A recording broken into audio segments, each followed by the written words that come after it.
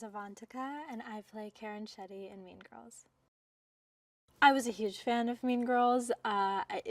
It was just such a massive movie for us, and fashion-wise, all the actresses went on to do such amazing things. There's a character in Mean Girls for everyone, and I think it speaks to the good in everyone and a little bit of the bad, the mean that's in everybody, and I think it embodies like the hopes and dreams of all high school girls to become this like beautiful, popular girl in school, and it was just great to see it on screen. And it's pink, and who doesn't love pink? Everything about it was so perfect and timeless, and it resonated with so many generations, and I think even to this day it's still just as relevant as it was.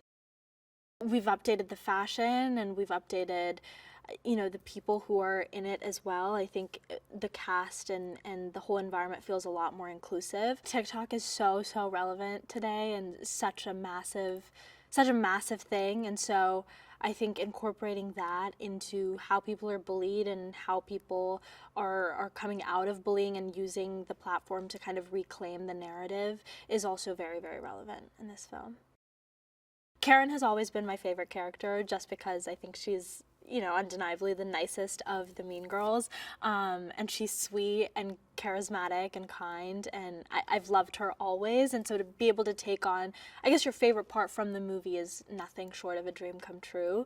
I think, especially being South Asian, I think it's also really quite amazing to be able to play a character who's a little bit against the grain and a little bit against the stereotype that Indians or South Asians typically tend to play. And so I'm very excited to also be kind of perceived, I guess, in a new, more updated way, and to kind of break barriers in that sense. I'm also excited to kind of bring something new to the character, and hopefully people can kind of look at it as a new spin on Karen.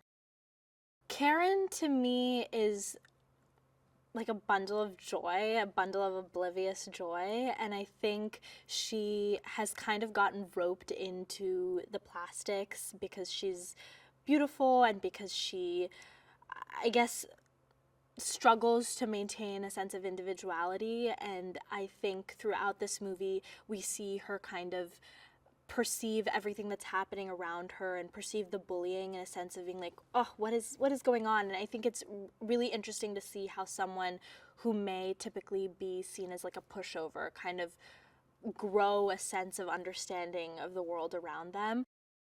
Most of the time when we see popular girl, like the popular girl in media, it feels very one-dimensional, and like there's no nuance and no subtlety to the character itself, which is just simply not true. And any girl who's, you know, gone to high school and encountered a popular girl for themselves will tell you that it's hard to fully hate them. You love them a little bit and you do hate them. These girls have insecurities too, and they have problems too, and oftentimes those aren't represented in media. So it's nice to see villains be humanized a little.